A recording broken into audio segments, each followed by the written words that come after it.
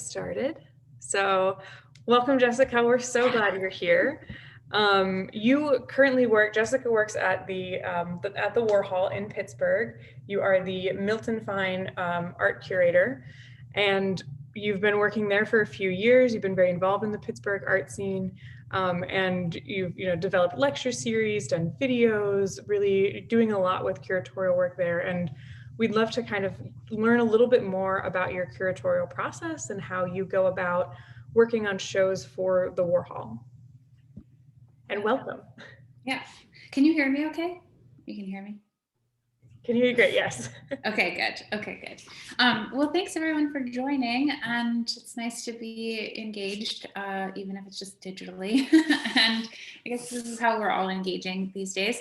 But I have been at the Warhol Museum since 2014, and I've worked on a lot of exhibitions and curated many exhibitions. And so most recently what I have happening right now is a large Warhol and Basquiat, Jean-Michel Basquiat rotation that's going up in June 7th. It's just got listed on our website, and it's a real focus look at the permanent collection and all of our objects that we have on Jean-Michel, and all of the things, even including like a pair of slippers that he wore in the studio that will be on view in one of the vitrines. But it includes many of their collaborations, Warhol and Basquiat's collaboration works from the 1980s.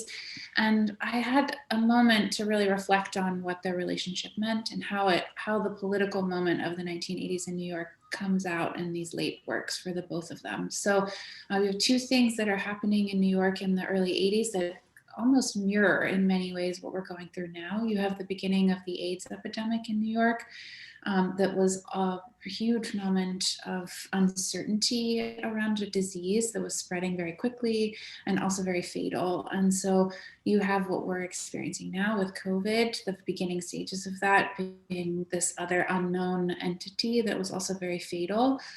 With AIDS in particular, it was a moment, especially in the art world, where people were being targeted, and it was being seen as a disease that was connected to a moral crisis around, homosexual men specifically were being targeted as the bearers completely of AIDS, which isn't really truly the case. So the other thing that's happening in New York in the 80s is the death of this young artist, Michael Stewart, who was a Black artist that was graffitiing, tagging something on the subway, and was arrested and brutally brutalized by these white police officers, to the degree that he was sent to the hospital and died 2 weeks later from a coma. So you have over the summer, George Floyd's death and murder by the hands of a white police officer. So we have these two moments that appear in the work, really. And so I'm putting on view this punching bag installation between Warhol and Jean-Michel Basquiat that they made together, several of their collaboration paintings, a collaboration sculpture that directly references Michael Stewart's death. So it was a real moment to focus on this permanent collection that we have and these jewels within it, this kind of untold narrative between Warhol and Basquiat and the closeness of their relationship. And then in the end, that it's Basquiat that teaches Warhol to paint again in the 1980s. So that's happening on June 7th. And I spent a lot of the summer and the fall really doing a deep dive into research in their relationship and into the objects that we have in our collection, and kind of really thinking of how to situate them fully in this history, because sometimes these paintings get pieced up and sent out into group shows, and you don't really get the full sense of how they fit into this timeline and narrative for Jean-Michel and Warhol, or Basquiat and Warhol, I should say. And then the other big project that I've been working on for 4 years now is this Marisol Escobar exhibition along with Warhol. So she was a Venezuelan, Parisian-born artist that spent her adult life and most of her career in New York and really transformed the pop movement in the 1960s and was wildly successful and famous. And then, like so many women, especially around a history that is dominated by white men, she was written out of this narrative and often seen as a footnote to the movement. So it turns out that she and Warhol were very close in 1963, and Warhol made several films of her in her studio at this gallery owner's summer home, Eleanor Ward's summer home. These kind of almost like home videos. They're movies that he made, films that he made before he makes his iconic like Sleep and these other 1960s 1963, 1964 films. So it's really looking at their friendship and relationship and how it was productive for both of their careers. So that's opening, fingers crossed, in October. So I'm just going along with our new reality and just pushing forward with the work and hoping that, the exhibition comes to life in October, and it will travel to the Perez Museum in Miami, and that will open April 2022. So by 2022, if we are not somehow engaging in physical space again, then I don't know, we'll be in a whole new reality by then, but I'm hoping for physical space for people to be able to go back and feel comfortable about seeing artworks in person and to be able to share that experience in real time with other people. So that's what I've been working on this past year. And curatorially, it works for me with a lot of deep research. And then I think about the objects, and then I think about how the objects can reflect that research, like what's the narrative that I want to be telling with these objects, what's the side of the story of these objects that I want to tell for visitors. So for Basquiat and Warhol, it's about the closeness of their relationship, but in the end that it's Basquiat that teaches Warhol to paint again. Mm-hmm. And with Warhol and Marisol, it's really how Warhol actually took from Marisol for his own, to sort of craft his own persona, and to really see Marisol as the trailblazer, like the forerunner in their relationship, that she was famous and popular and selling work before he was. So people in this history with Warhol always like to situate him as in the front of the line, or somehow he landed in New York and became like the king of pop, and like he's always been there. And it's really not the case at all. There was, a whole decade of trying to piece together little bits of a career to get anywhere. So, and he's nibbling at things and taking from people and putting that into his own work and assimilating those ideas from other people into his own work. So yeah, that's my curatorial process on these two projects that are coming up, that are happening soon. Yeah. Thank you so much. That's so exciting. And I'm interested. Hopefully we all get to see it in person. But it sounds really fun. And a really interesting way to dive in. And I think it's also easy to forget that Warhol wasn't always the Warhol we know him now to be. And that there's that evolution, and he's not always the main character in the story of pop art, especially. Mm-hmm. So have a couple questions for you then. So what do you see the role of replication processes like silkscreen printing playing in this popularization of modern art, of pop art, of how it really kind of situated within the art community? And I mean, it was something Warhol used frequently and is really well known for. How do you think that the ability to reproduce artwork then changed the art world? Mm-hmm. Yeah, I think Warhol, at the moment that he picks up silkscreen, this form of painting through the silkscreen process, for him, it was taboo in many ways. This idea that somehow a commercial image would live on a canvas, a commercial image like a Campbell's soup image from a can of Campbell's soup, like the wrapper of the can of the Campbell's soup, could live on a canvas in a white cube gallery or in a museum, was considered extremely sort of taboo, almost daring, really kind of an affront to a lot of the higher principles of high art at the time. So for Warhol, those paintings of Campbell's soup, we have to remember, are hand painted, those early paintings that he did for his first solo show in California. And then he switches in at the same time that he's doing these hand painted process in 1961. And by 1962, he experiments with screen printing, which is a commercial form of image making. And he actually teaches Robert Rauschenberg how to screen print. At the time that Rauschenberg was working with screen printed images, he was doing image transfers. And Warhol shows him in his townhouse studio, look what I've been experimenting with this process. So I think for Warhol, it was in many ways a way to manipulate the ideas of authenticity and also to create a sense of taboo around these high principles of image making. And then in reality, he could make multiples and multiples and multiples. And so that became his sort of trademark, like the Jackie paintings that he does in 1963.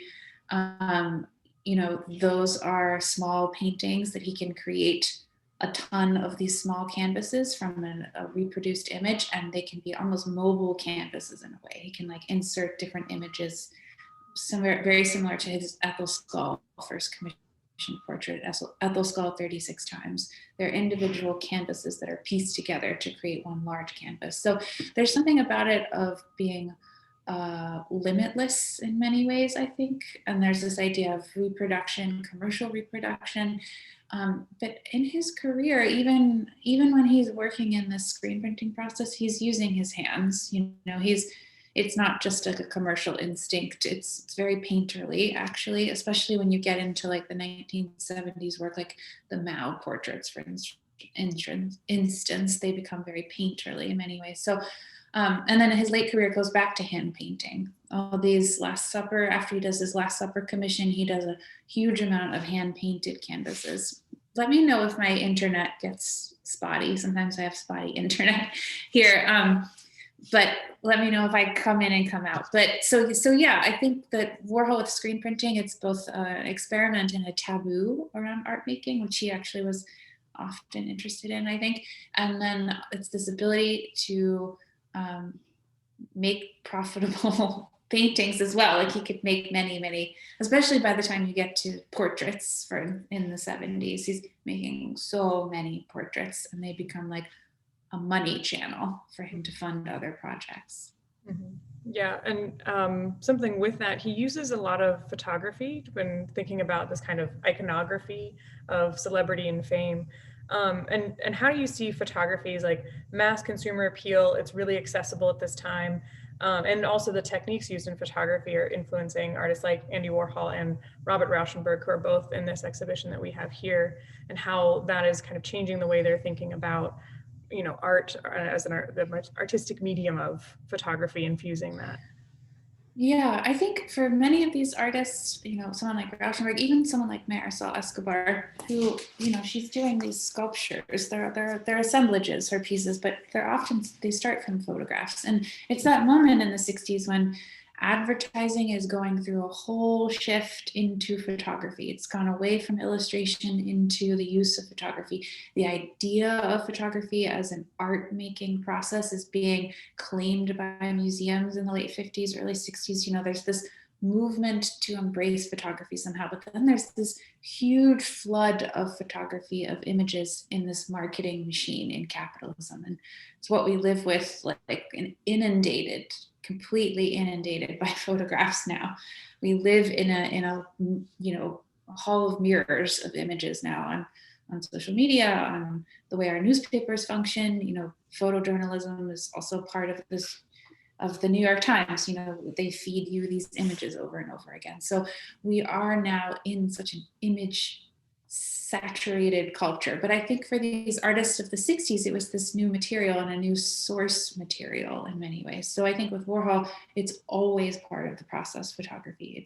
If it's not source material in some way, it's actually incorporated into the work. So for instance, his hand-painted Campbell soup paintings started with contact sheets that a boyfriend of his had taken, Edward Wallowich, of a can of Campbell soup, and of there are different Campbell soup paintings that he made with like a Coca-Cola bottle inside the can, or a crushed can, or a can with the label ripped off. Those he painted from photographs. Like he used the photograph to paint from. So and then when you get to screen printing, he's actually using a photo of Jacqueline Kennedy from a magazine, transferring it to silkscreen, transferring that then to the canvas. So photography is always in the thinking. And I think it's just because he's working with the cycle of images, the life cycle of images. And something that Warhol tapped into is like this eternal bloodline of the image. Somehow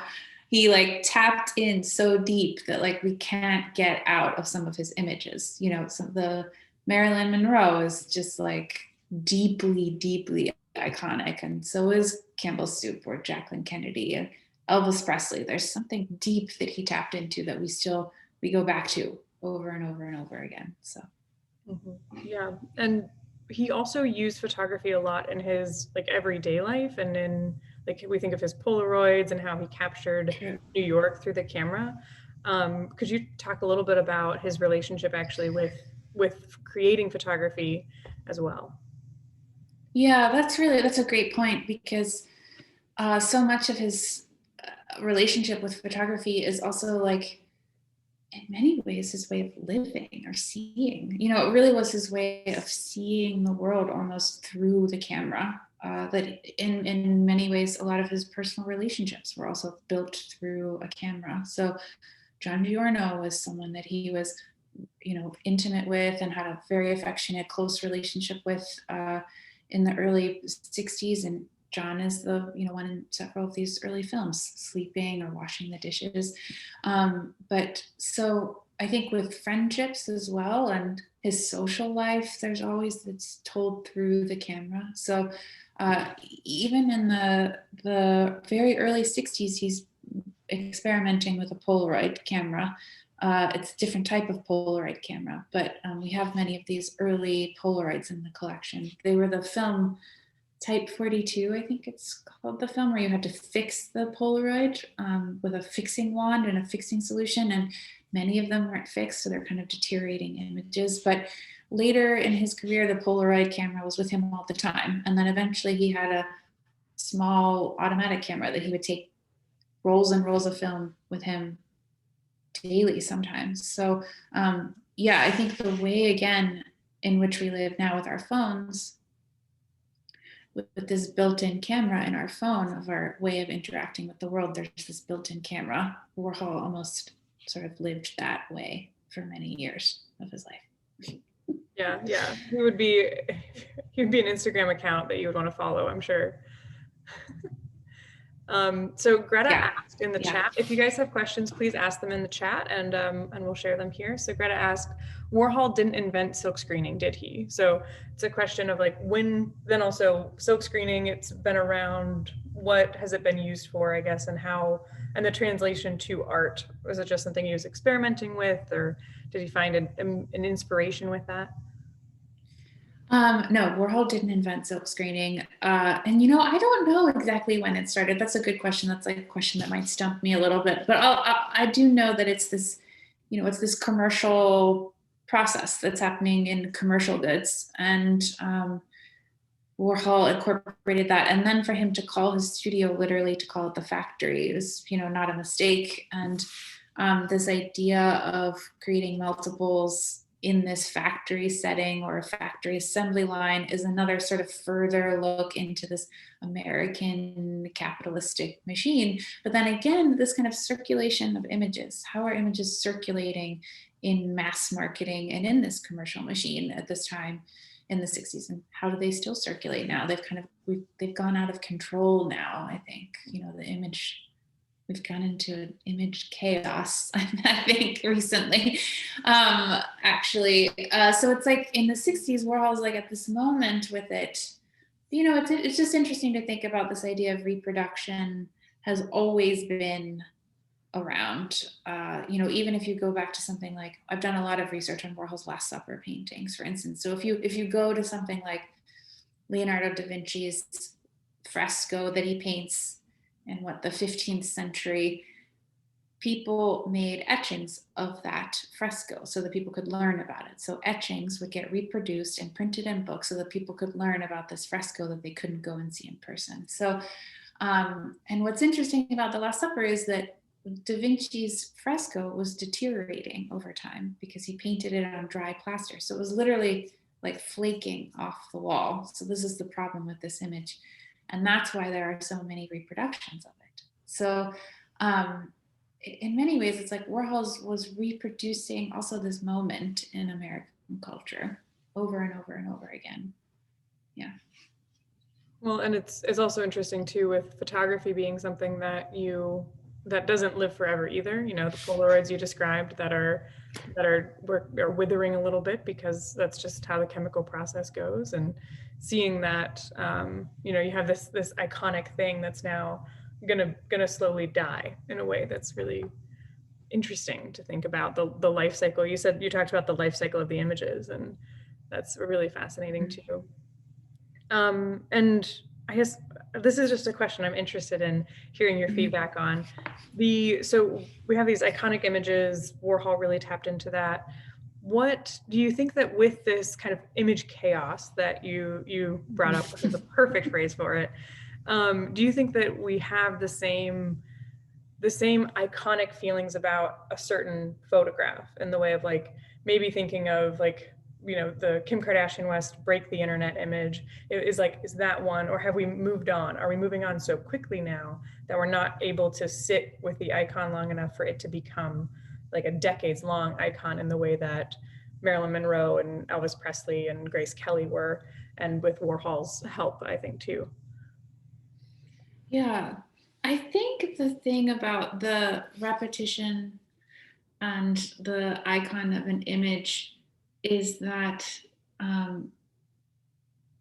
there has to be, I think that the ones that become eternal are images that we look back because they tap into other ideas that go beyond just the image. So, Marilyn Monroe, for instance, is this example of an iconic movie actress, but the way in which Warhol produces her face, she almost appears like a saint. She's bodiless. It's just her head that you see.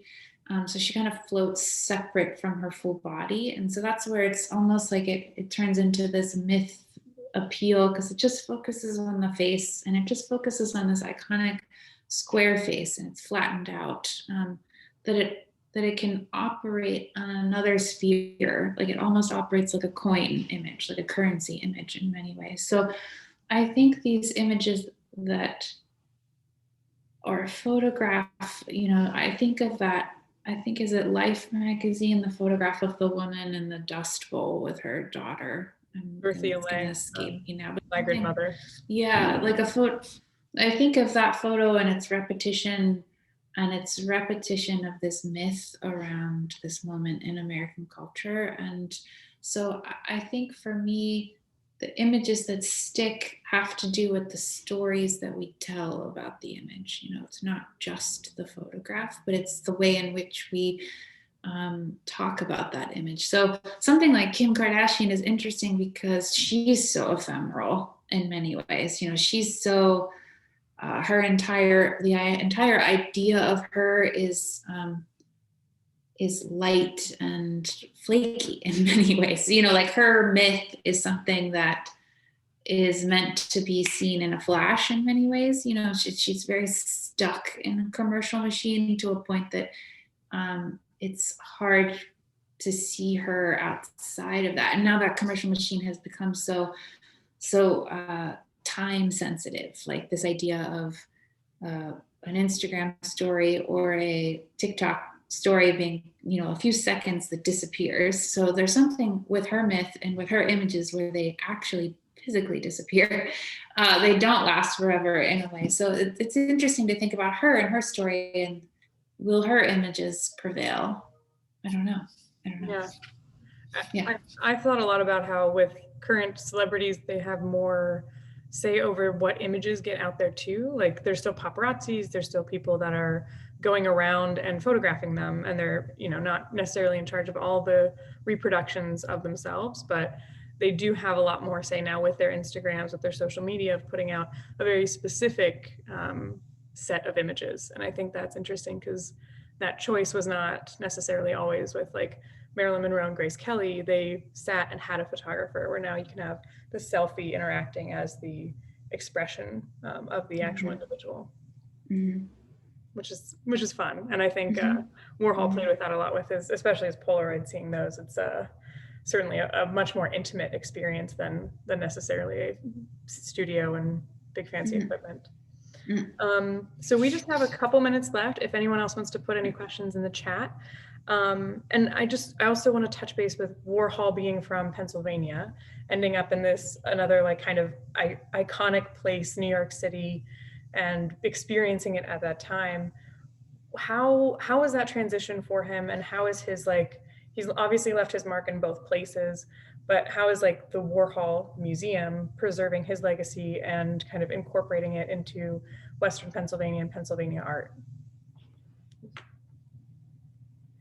Yeah, that's a great question. earphones. Oh no. Sorry. There we go. Okay. You can still hear me? Yeah. Okay. Okay, good. That's a great question. And, at the museum, the museum has always been about, for better or for worse, and I think it's mostly for the better, but has often probed this myth of like who Andy Warhol was as a person. Like, how can we talk about these other sides of him? How do we see him as a full person and not just a myth? And so, sometimes that can be myth making in its own way. But when I first got to the museum, one of the early projects I worked on was an exhibition with Matt Warwick, the chief archivist at the time, with Philip Pearlstein, one of Warhol's early classmates at Carnegie Tech. And so it was Philip Pearlstein, Dorothy Cantor, and Andy Warhol, and it was all about their Carnegie Tech years at Carnegie Mellon as students, as art students. And so there's a lot of material, turns out, in the archive of Warhol's time as a student. And Philip Pearlstein still owned so many of his student assignments, which was sort of insane. But he had, hundreds of drawings from his early career and a lot of work from his student years. So we look at that kind of narrative, like Warhol's a student. The other narrative is to look at his Catholic faith, how it started with his Byzantine Catholic roots here in Pittsburgh. So, and I think the biggest thing, the foundational thing that comes from him from Pittsburgh is this connection to a working class background, this class connection that he has, that he took with him to New York, and a work ethic that he took with him to New York. So even at the height of his wealth, I think there's always that piece of him that came from very, very little here in Pittsburgh. So that is definitely one of the stories. And for me, it's always about looking at these myths and probing them with the objects in the collection. Like, how can I look a little closer? How can I look outside of this idea that Warhol didn't have emotional connections, which is often people like to say, he was, what is the word that I want? That somehow he was not connected to anyone, but that's not the case at all. There are a lot of intimate letters that live in our archives about his relationships. So I'm often interested in these other narratives that don't get picked up. So, yeah. Well, thank you so much. Thank you so much for being here with us and for chatting with us today. That's going to be it for us, everybody. That is the end of our series. Thank you so much for joining us on your lunch hour. Jessica, we're thrilled and excited to see your exhibitions. Also, everyone, if you could consider donating to Southern Alleghany's Museum of Art, our website is sama-art.org. And you can also become a member there, get all sorts of fun member perks, and we'll continue to bring content like this so that you can learn more. I really enjoyed talking with you. There was so much really interesting information, and we really appreciate it. So thank you, Jessica, and thank you everyone for attending today. Yeah, thank you for the invitation, and you had really thoughtful questions. Thank you. Thank you. Have a great start to your week, everybody. Bye. Thank you.